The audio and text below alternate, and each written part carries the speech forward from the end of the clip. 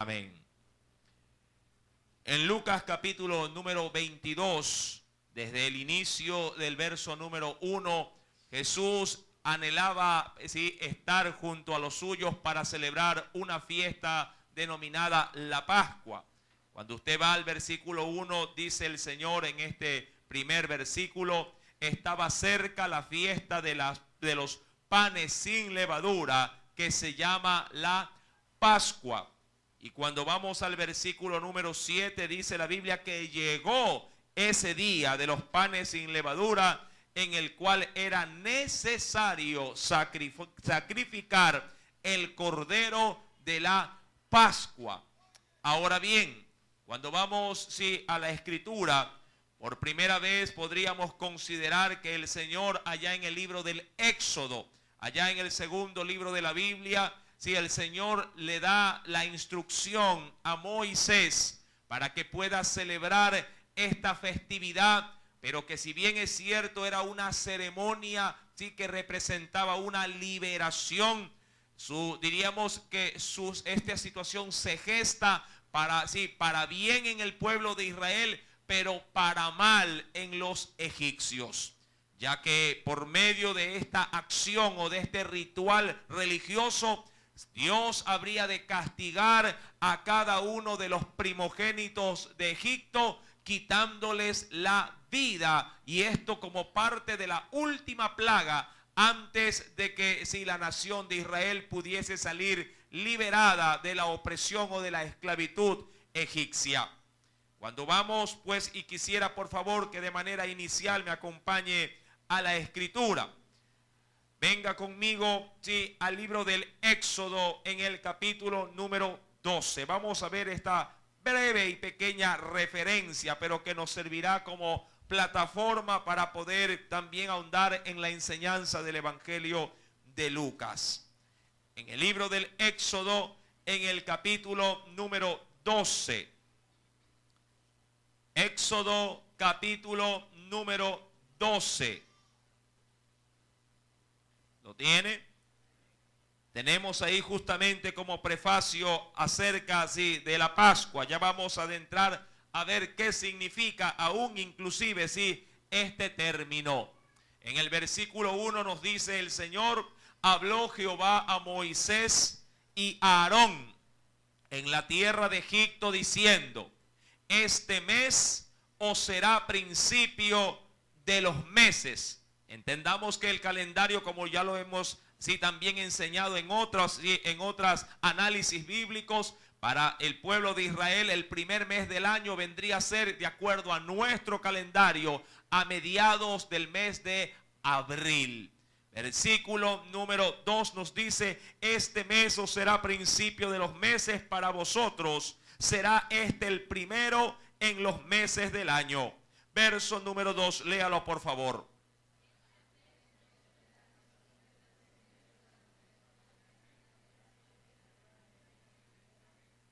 Hablad a toda la congregación de Israel diciendo: en el 10 de este mes, tómese cada uno un cordero según las familias de los padres, un cordero por familia. Verso 4. Mas si la familia fuere tan pequeña que no baste para comer el cordero, entonces él y su vecino inmediato a su casa tomará uno según el número de las personas. Conforme al comer de cada hombre haréis la cuenta sobre el cordero. Verso número 5. Hablando de ese animalito, dice la Escritura: el animal será sin defecto, macho de 1 año. Lo tomaréis de las ovejas o de las cabras, y lo guardaréis, o lo separaréis hasta el día 14 de este mes, y lo inmolará. Eso es, lo hará morir, pero por medio, cuando se habla de inmolar, se habla de quitar la vida por medio de la degollación, es decir, haciéndolo sangrar, lo inmolará toda la congregación del pueblo de Israel entre las 2 tardes, entendiendo, mi querido hermano, que así también como se lo ha enseñado, sí, el calendario, así también como es diferente a nuestro calendario romano, ellos manejan el horario desde las 6 de la tarde del primer día, sí, o del día, se me ocurre, domingo, hasta las 6 de la tarde del siguiente día. Por eso se chocan las dos tardes. Dice el versículo número 6, lo guardaréis hasta el 14 14 de este mes, y lo inmolará toda la congregación del pueblo de Israel entre las dos tardes. Verso 7. Tomarán de la sangre y la pondrán en los dos postes y en el dintel o en el marco de las casas en el que lo han de comer. Y aquella noche comerán la carne asada al fuego, panes sin levadura, con hierbas amargas lo comerán. Verso número 9, por favor.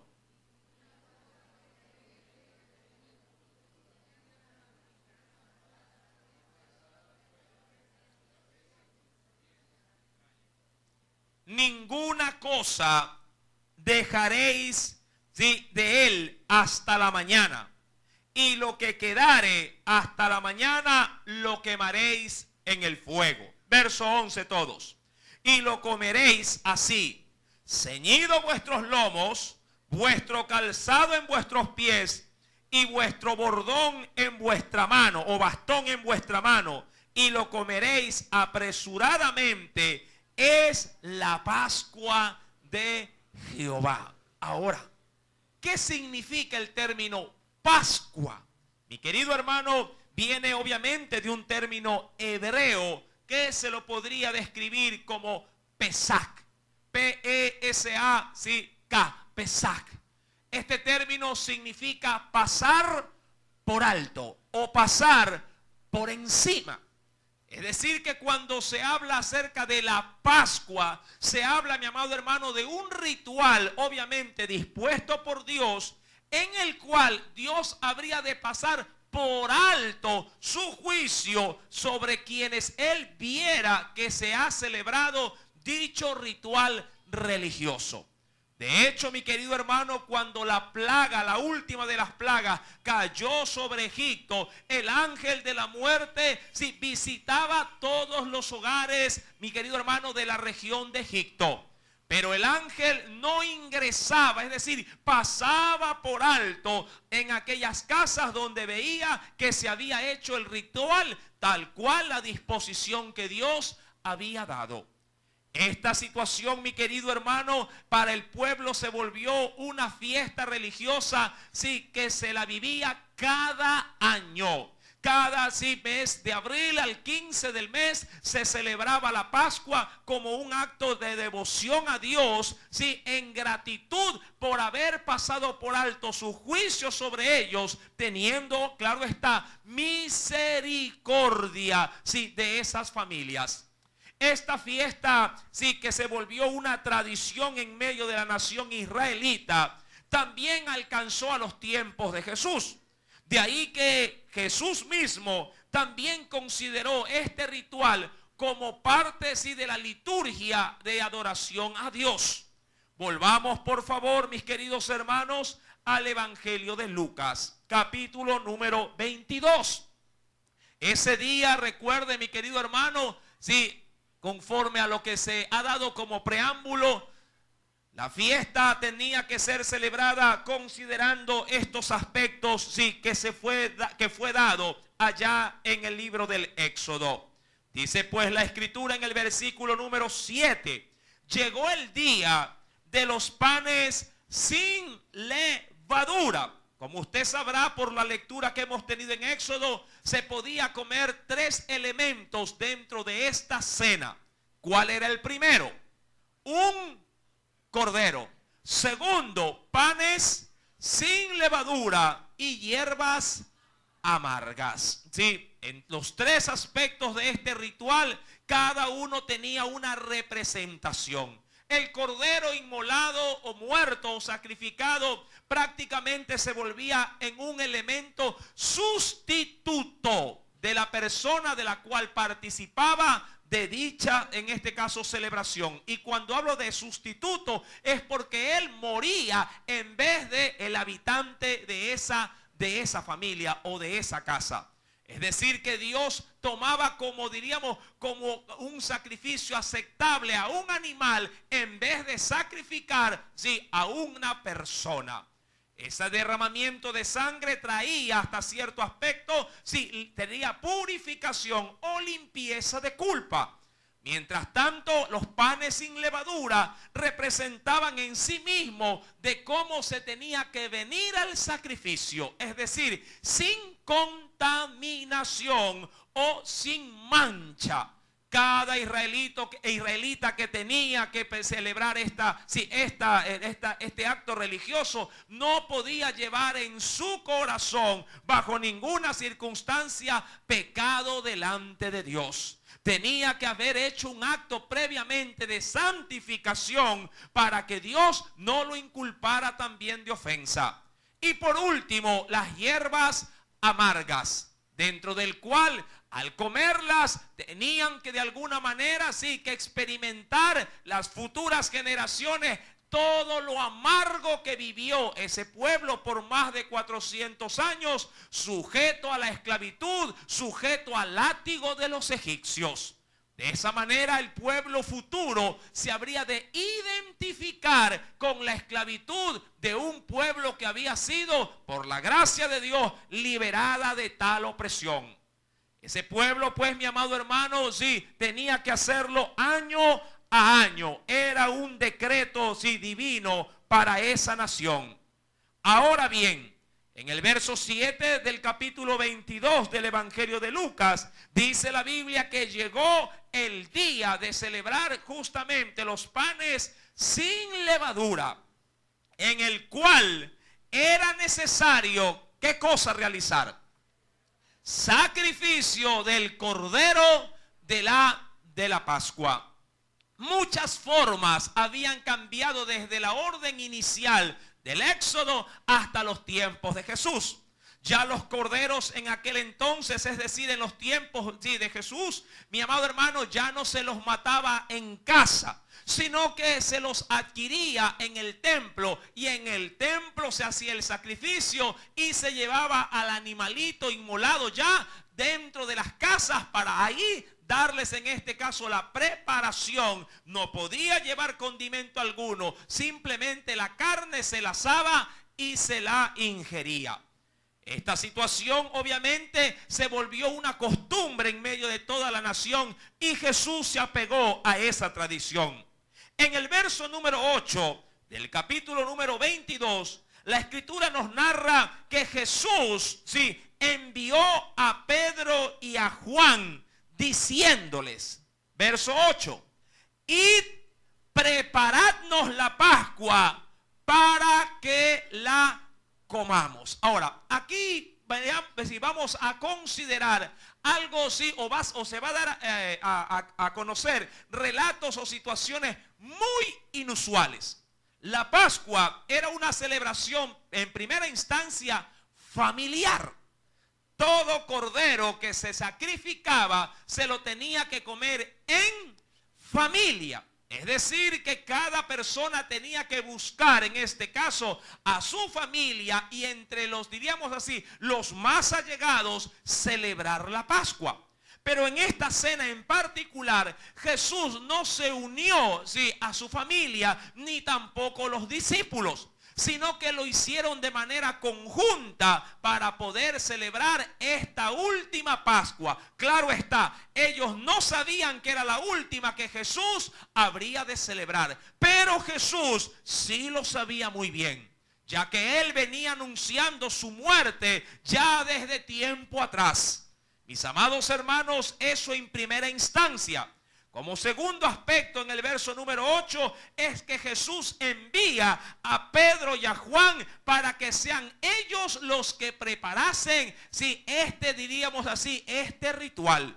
Mi amado hermano, si bien es cierto, los varones jugaban un rol muy preponderante en la celebración, Sí, dentro de la cultura judía, por ejemplo, en esta Pascua, la mujer estaba excluida. No pasaba nada si ella celebraba o no la Pascua. Pero para los varones era obligatorio el hacerlo.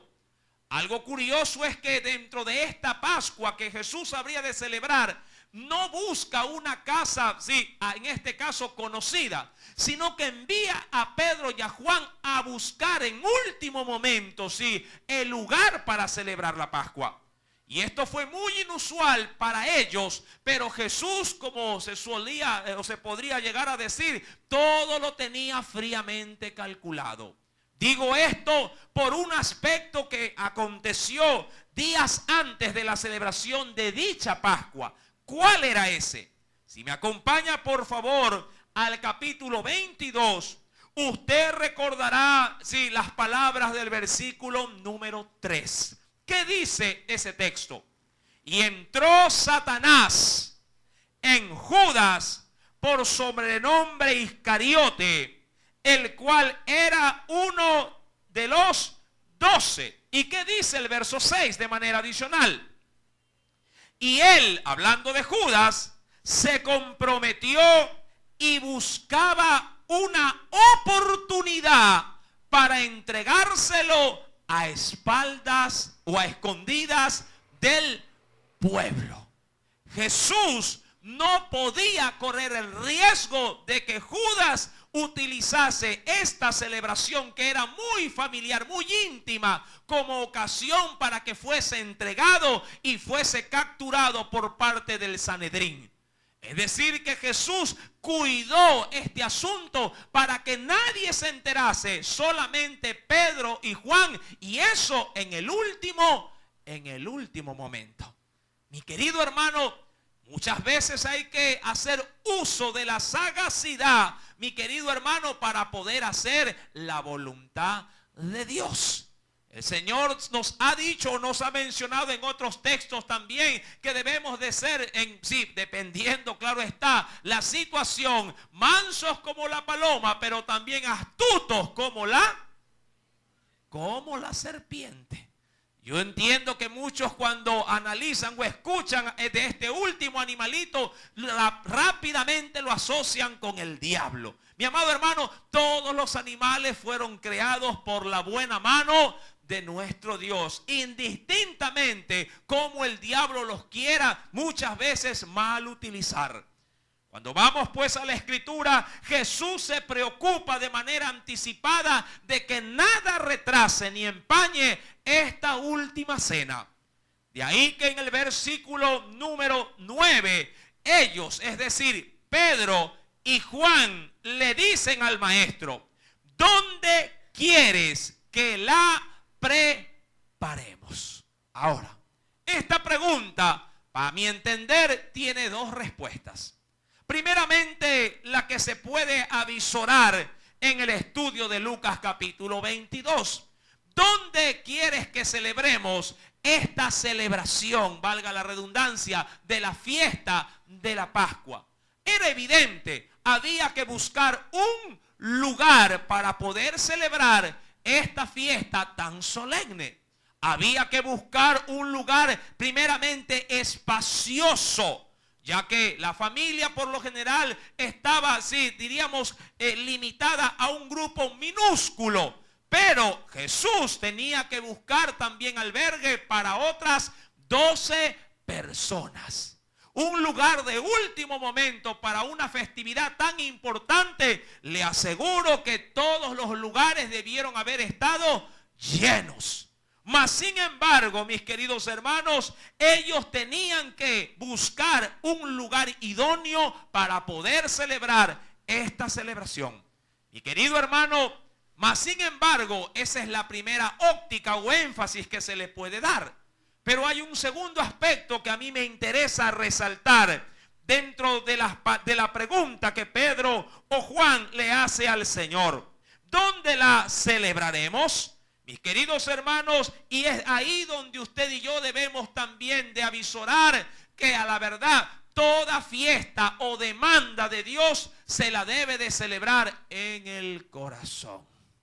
¿De qué servirá cumplir un ritual, cumplir de pronto una liturgia. Sí, es decir, parámetros que las iglesias estrictamente ponen como un régimen de culto, cuando a la verdad dentro de la vida hay, diríamos así, algo negativo, hay resistencia, hay sí adversidad, y no le da cabida al Señor cuando éste demanda que lo debemos de hacer con un corazón puro, sincero y dispuesto también. Dice la Escritura, y quiero por favor que me acompañe ahí en el Nuevo Testamento, pero obviamente en textos, sí, dentro de las cartas del apóstol San Pablo. Venga por favor conmigo en primera instancia a la carta a los Corintios. Veamos qué nos dice el Señor. En primera de Corintios,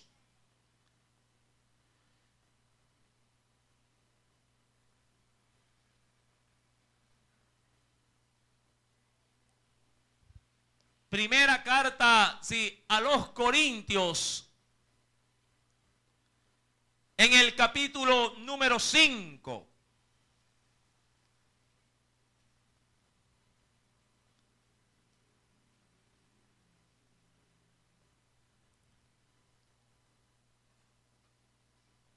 El apóstol Pablo escribiendo a la iglesia, sí, obviamente una iglesia que no estaba obligada a celebrar la Pascua, porque esta era una demanda exclusiva para quienes, para el pueblo de Israel, les dice: limpiaos, ¿sí?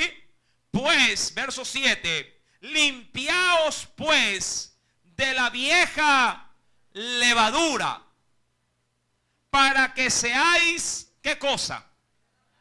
Nueva masa, sin levadura, como sois. Porque nuestra Pascua, ¿quién es, mi amado hermano? Es Cristo, ya fue sacrificada por nosotros. Ahora, entendamos esto. Si bien es cierto, la Pascua era un acto estrictamente ¿para quién? Para el pueblo judío. Mi amado hermano, Cristo renovó ese pacto para la iglesia. ¿Cuándo lo renovó? Cuando por medio de la celebración de la Pascua conforme a la ley hizo algo que no era usual dentro del sacrificio de la Pascua. Usted recuerda los elementos que tenían que obligatoriamente, sí, acontecer para la celebración. ¿Cuántas comidas, por así decirlo, tenían que, en este caso, degustar los participantes? El cordero, seguidamente por panes sin levadura y hierbas amargas. Mas sin embargo, Jesús instauró también de manera adicional, sí, la celebración del pan al último y la copa, sí, o la bebida del vino. Mi querido hermano, claro está que había que, para pasar diríamos así, estos bocados, tenía que haber de manera obligatoria una bebida para poder refrescar, en este caso, los alimentos que previamente se tenían que comer. Mas, sin embargo, el Señor para la iglesia no limitó los sacrificios de la ley, sí, los dejó, diríamos así, exentos, pero hizo hincapié en la copa y en el pan.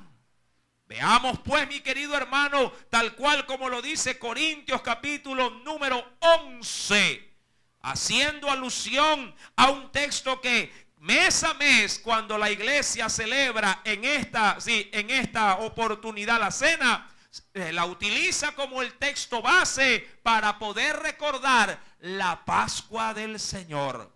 Es decir, que cuando celebramos la Santa Cena, lo único que estamos haciendo es recordar bajo otros parámetros la Pascua que celebraba el pueblo de Israel. Cuando vamos pues al capítulo 11, versículo número 23, nos dice la palabra: porque yo recibí del Señor lo que también os he enseñado, que el Señor Jesús, la noche que fue entregado, tomó pan y habiendo dado gracias, lo partió y dijo: tomad, comed, esto es mi cuerpo, que por vosotros es partido. Haced esto en memoria de mí. Verso número 25, léalo por favor.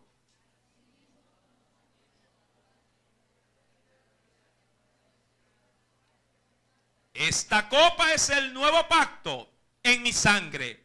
Haced esto todas las veces que la bebiereis en memoria de mí. Así pues, todas las veces que comiereis este pan y bebiereis esta copa, la muerte del Señor anunciáis hasta que Él venga. La Pascua, pues, mi amado hermano, era así para nosotros o para la iglesia un recordatorio del sacrificio, sí, de aquel cordero que en alguna oportunidad Juan el Bautista pudo también, mi querido hermano, sí, decir lo siguiente. Juan capítulo 1, verso número 29. Usted recordará la expresión de Juan el Bautista.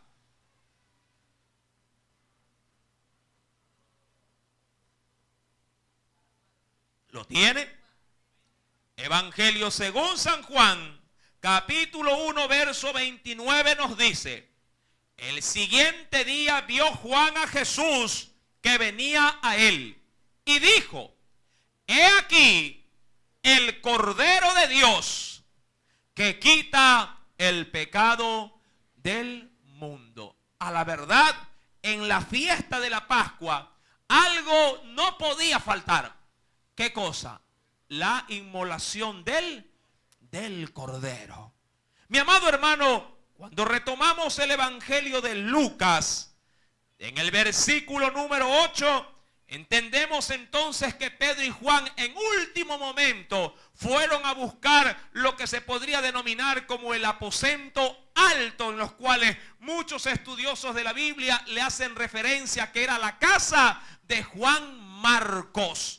Allá en Hechos capítulo número 12, sí, la escritura nos narra acerca de que ahí a la larga quedaron congregados, sí, la iglesia de manera inicial cuando empezó el cristianismo a desarrollarse ahí en la nación de Israel.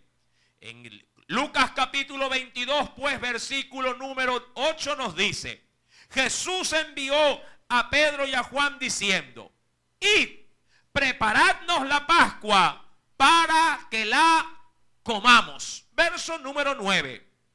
Ellos le dijeron: ¿dónde quieres que la preparemos? Ahora, usted y yo ya hemos visto Lucas 22, versículo 3 y verso número 6. Jesús tenía que guardar ese lugar para que Judas no lo aprovechara y se lo transmitiera a quienes, al Sanedrín, para que lo tomaran preso. Y Jesús, haciendo uso también, mi querido hermano, sí, de su sapiencia, haciendo uso también de su divinidad, da una pauta, sí, a manera de un decir sorprendente para poder despistar, sí, al enemigo, para entorpecer sus planes. Jesús con sabiduría les dice, anticipando, mi querido hermano, una reseña. Dice el verso número 10.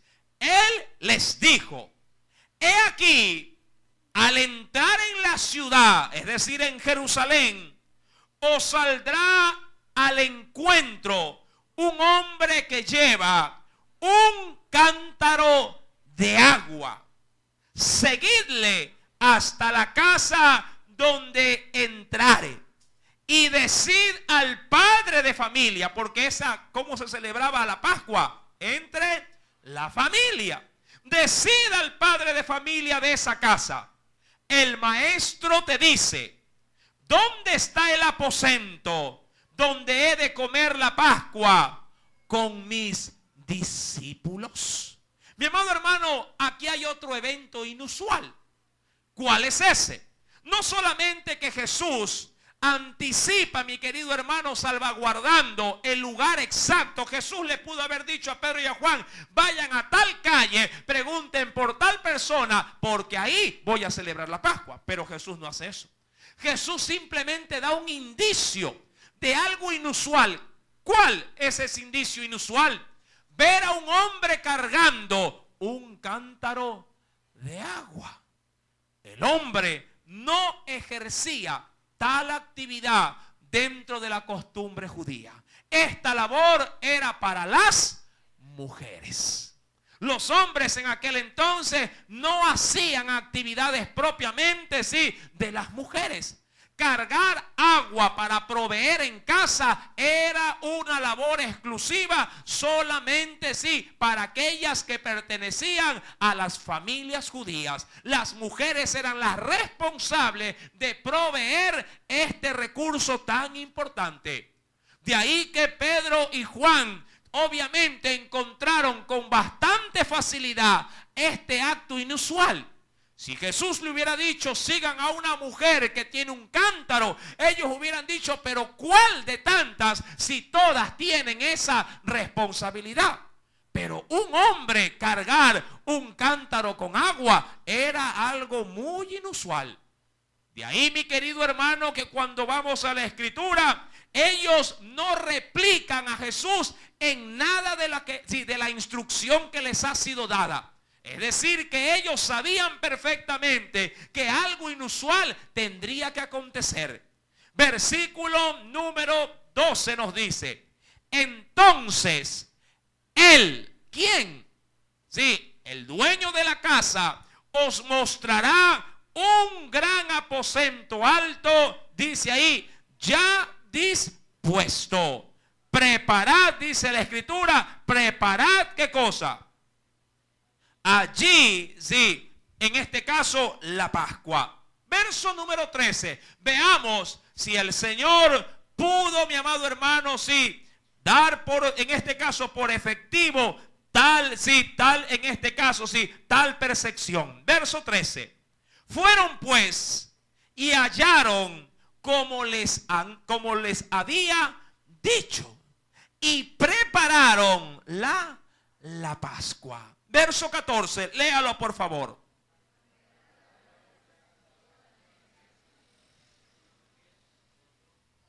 Mi querido hermano, obviamente, sí, esta Pascua estuvo bien planificada. Recuerde, mi amado hermano, que el Señor todo lo tenía ya previamente anticipado para poder llevar a cabo esta gran celebración. Sí, mas sin embargo, en aquel entonces lo que sus discípulos no sabían o no lograban captar, que el cordero que ellos habrían de sacrificar en esta Pascua no era un cordero a semejanza de un animalito, sino que era Jesús mismo. Mi amado hermano, si usted quiere recordar conmigo algo que sí sacamos a relucir de manera inicial allá en el libro del Éxodo, en el capítulo número 12, es que ese cordero, para que pueda ser sacrificado, tenía que ser perfecto. Jesús, mi amado hermano, cumplió ese requisito, ya que engaño o maldad nunca fue encontrada en su vida. Nadie podía reprochar en la vida o el ministerio de Jesús que él había sido causante de ofensa o en sí mismo un gestor de maldad. Jesús siempre guardó su vida y su testimonio para poder estar justamente calificado para ser sacrificado. El Señor, mi amado hermano, pues dando estos indicios a los suyos, estos se encontraron en el aposento y lo prepararon en ese lugar. ¿Cómo la iglesia debe de preparar también su propia vida para poder celebrar lo que hoy conocemos como la Cena del Señor? Si retomamos en breve, por favor, Corintios capítulo número 5, pero ahora el verso número 8, el Señor nos dice como un requisito para la iglesia previo a la celebración de la Cena del Señor.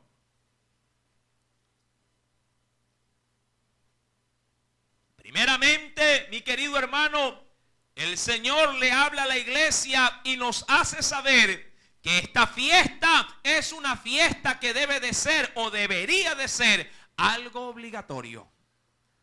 ¿Qué nos dice el verso 8 del capítulo 5, sí, de Corintios?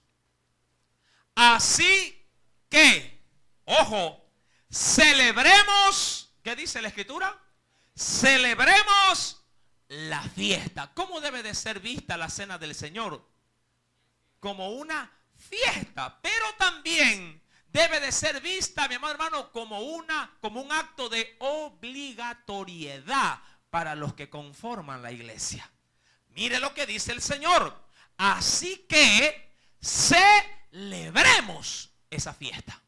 ¿Cuántas veces, mi amado hermano, huimos de la celebración de la cena del Señor? ¿Cuántas veces, mi amado hermano, tratando de esquivar ese momento tan solemne, porque hay algo en nuestro corazón que nos empaña, diríamos, nuestra comunión con Dios, en vez de aprovechar el acto en sí mismo para buscar reconciliación, más bien nos endurecemos y nos alejamos de la presencia de Dios?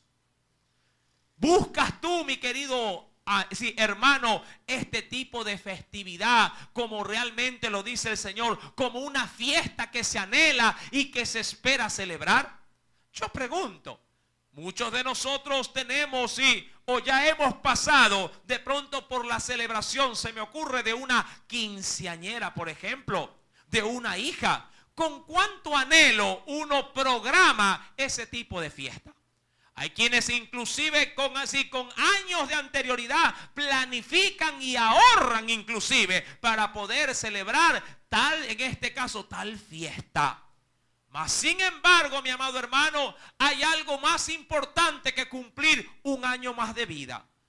Es necesario, reconocer por la Biblia que hay una festividad que todo creyente debería de anhelar. Y eso es tener participación en el gran banquete que Dios lo ha propuesto a la iglesia para recordar el triunfo que ha hecho sobre nuestras vidas. ¿Cuál es ese? Sacarnos de la tierra de esclavitud, no de Egipto, pero sí del pecado y del imperio de Satanás, para llevarnos a la libertad que nos ha podido proveer el Hijo de Dios.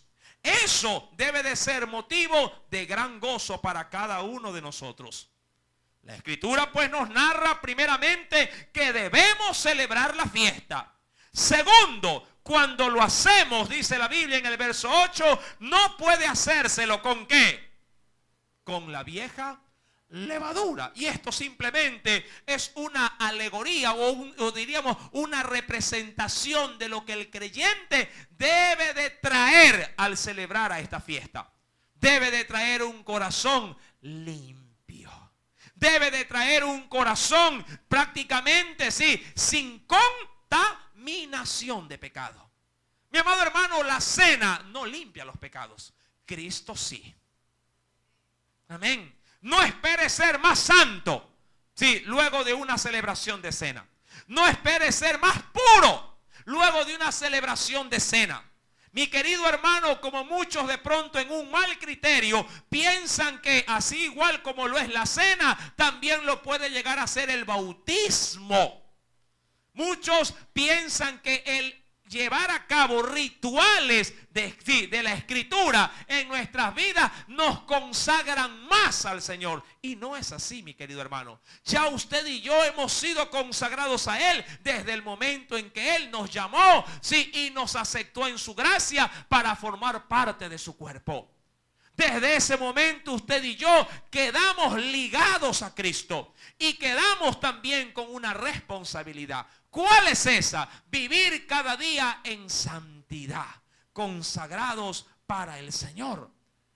La iglesia, mi amado hermano, debería pues de celebrar la fiesta. Segundo, hacerlo no con la vieja levadura.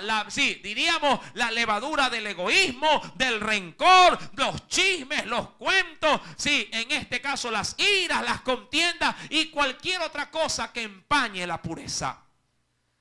Y dice la Biblia adicionalmente, ni con la levadura de malicia y de maldad, sino con panes sin levadura. ¿A qué se refiere? El mismo texto, gracias a Dios, sí, lo interpreta o lo da a conocer. ¿A qué se refiere? Panes, dice ahí, que deberían de ser ¿de qué? De sinceridad y de verdad. ¿Sinceridad en qué aspecto? Cuando una persona es sincera, reconoce su condición delante de su Creador y sabe que Él no es nada sin Él, que no es autosuficiente sin Él. Una persona sincera delante del Señor ha de reconocer siempre el señorío y la mano misericordiosa de Dios sobre sí, y que éste le cuide y le guarda para no pecar inclusive. Y de verdad, porque hace alusión, mi querido hermano, a la verdad de su palabra. Esta es la verdad que te guía cada día para no ofender o empañar tu relación con ese Dios de gracia y de misericordia. Mi querido hermano, para concluir en esta noche, volviendo, claro está, al texto inicial de Lucas capítulo número 22, dice pues el verso número 13. Fueron pues y hallaron como les había dicho, es decir, que en el camino encontraron a un hombre cargando un cántaro con agua. Seguidamente ese hombre los guió a la casa donde el dueño de la misma, al parecer ya tocado por Dios, tenía un lugar reservado. ¿Para qué? Para dárselo, sí, a manera obviamente, sí, de préstamo en cuanto a la ubicación, para que Jesús celebrara la Pascua. Verso número 13. Fueron pues y hallaron como les había dicho y prepararon la Pascua. Verso 14. Cuando era la hora, se sentó a la mesa y con él también, ¿quiénes? Los apóstoles. ¿Qué habrá de acontecer en esta última cena de manera tan especial? Si lo quieres saber, el próximo día domingo lo estaremos meditando, no solamente en el Evangelio de Lucas, ya que el Evangelio de Juan le da muchos capítulos a todos los acontecimientos que se llevaron a cabo en esta última cena. ¿Quieres saber el detalle de ellos? El próximo domingo lo estaremos meditando con la ayuda del Espíritu Santo. Recuerda, celebra esta fiesta, celébrala, sí, en honor a tu Señor. Oremos. Padre, en el nombre de Jesús, gracias por tu bondad y misericordia. Gracias por habernos provisto de un cordero